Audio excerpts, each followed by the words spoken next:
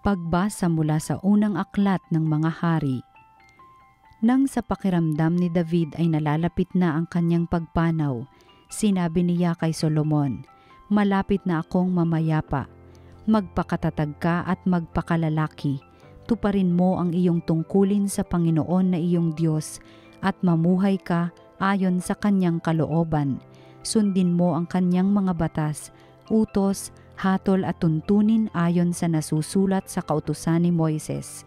Sa gayon, magtatagumpay ka sa lahat mong gawain at tutuparin ng Panginoon ang pangako niya sa akin.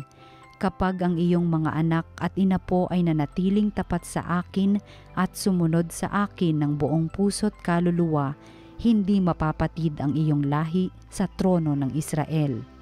Namatay nga si Haring David at inilibing siya sa lungsod ni David. 40 taon siyang naghari, 7 sa Hebron at 33 sa Jerusalem. Naluklok si Solomon sa trono ni David at panatag ang kanyang paghahari. Ang salita ng Diyos. Diyos na makapangyarihan, Panginoon ka ng tanan. Karapat-dapat kang purihin magpakailanman, Panginoon, ang Diyos ni Jacob na aming Ama. Diyos na makapangyarihan, Panginoon ka ng tanan. Sa iyo ang kadakilaan, ang kapangyarihan, ang karangalan at ang pagtatagumpay, pagkat iyo ang lahat ng nasa langit at nasa lupa. Diyos na makapangyarihan, Panginoon ka ng tanan. Sa iyo ang buong pamamahala at ikaw ang hari ng lahat. Sa iyo nagmumula ang kayamanan at ang karangalan. Diyos na makapangyarihan, Panginoon ka ng tanan. Taglay mo ang kapangyarihan at kadakilaan, at ikaw ang nagbibigay ng lakas at kapangyarihan sa lahat. Diyos na makapangyarihan, Panginoon ka ng tanan. Ang mabuting balita ng Panginoon ayon kay San Marcos. Noong panahong iyon, tinawag ni Jesus ang 12 at sinugong dala-dalawa.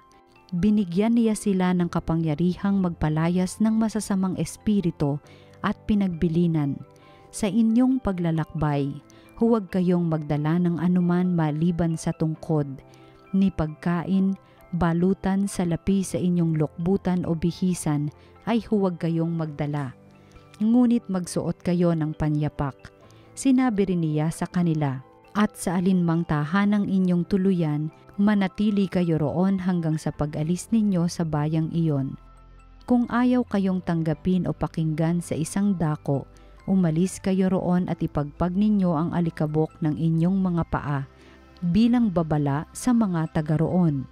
Kaya't humayo ang 12 at nangaral sa mga tao na pagsisihan nila at talikdan ang kanilang mga kasalanan. Pinalayas nila ang maraming demonyo sa mga inaalihan nito. Pinahira nila ng langis at pinagaling ang maraming may sakit. Ang mabuting balita ng Panginoon.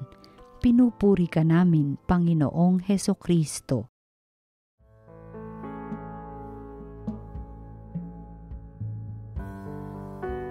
Magandang araw po mga kapatid kay Kristo. Ako po si Father J.D. Zaldivar ng Archdiocese of Manila. Pagnilayan po natin ngayon ang salita ng Diyos, salita ng buhay.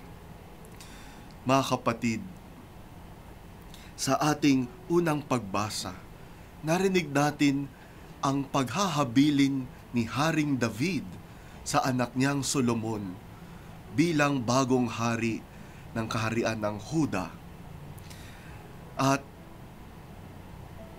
madalas, kapag tayo ay lilisan para pumanaw o lilisan para lumipat sa ibang trabaho, lugar na titirhan o kung anuman, kahit lilisan para pumunta lang sa trabaho, opisina, eskwela, mahilig tayong maghabilin at magpamana. Sabihin natin, ingat ka, no? Gagawin mo ang dapat mong gawin, tandaan mo ang mga bagay na ito, no? O kaya may pinapamana tayong mga bagay, no? Halimbawa, yung mga mamamatay, mga papanaw, nag-iiwan ng mga pamanang ari-arian o mga maliliit na sentimental objects na magpapaalala tungkol sa kanila. O di kaya, kapag lilipat ng ibang trabaho, lilipat ng tirahan, yung mga maiiwang kapitbahay, kasamahan sa trabaho, iiwanan natin ang mga bagay na pwede nilang gamitin sa pagpapatuloy nila sa buhay at hanap buhay. Si Haring David, ano ang iniwan niya kay Haring Solomon nung siya ay malapit ng pumanaw? Nag-iwan ba siya ng kayamanan? Siguro meron. Nag-iwan ba siya ng kapangyarihan? Meron din naman. Pero sa sandali ng kanyang malapit ng pagpanaw, ano yung pinakamahalagang iniwan ni Haring David kay Solomon? Sabi niya kay Solomon, sundin mo ang mga utos ng Diyos.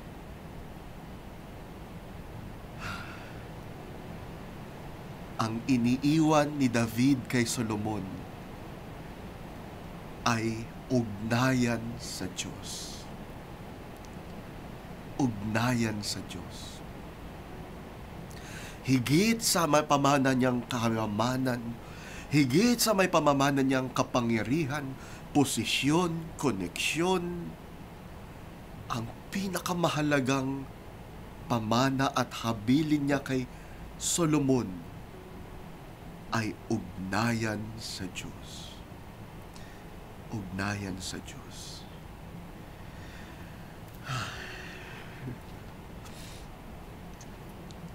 Kaya sa susunod tayo na lilisan, anumang paglisan yan, kahit yung pupunta lang sa trabaho o sa eskwela, yan ang pinakamahalagang gagawin natin.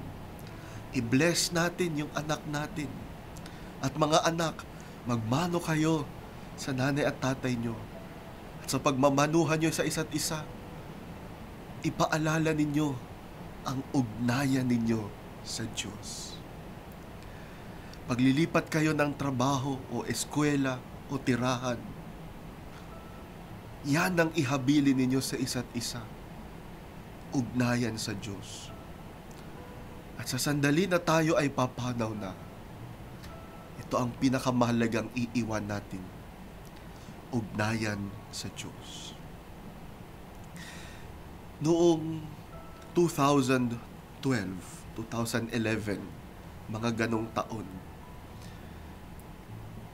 umuugong na ang balita na malapit nang mag-retire ang minamahal nating si Cardinal Gaudencio Rosales, ang ating Arsobispo Emerito sa Archdiocese of Manila.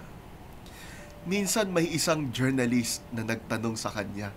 Sabi sa kanya ng periodista, ano po ang gusto nyong maalala tungkol sa inyo?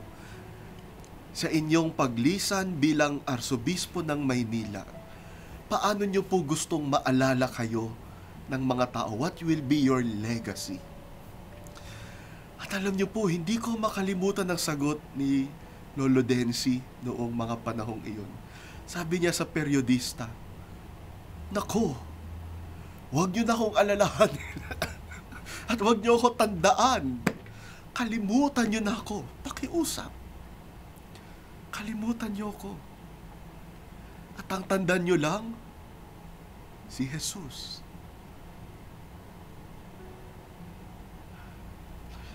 Si Lolo Densi, napakagaganda ng mga iniwan niyang programa, proyekto, at marka ng kabanalan sa ating simbahan dito sa Maynila at sa buong Pilipinas. Pero para sa kanya, ang mas mahalaga ay si Jesus. At ang ugnayan natin, pakikipagkaibigan natin, pagmamahal natin kay Jesus. Yun ang mas mahalagang iwan niya sa ating lahat. ikaw, ano ang iniiwan mo sa mga mahal mo sa buhay? Manalangin tayo. Panginoon, salamat po sapagkat higit sa lahat, ikaw ang pinakamahalaga. Nawa ang aming mga pagsisikap upang makapag-iwan ng pamana sa aming mga mahal sa buhay ay maging pagsisikap na lalo silang iugnay sa iyo. Ang maiwan nawa namin sa kanila ay ang pakikipagkaibigan nila sa iyo. Amen. Pagpalain po kayo ngayong araw na ito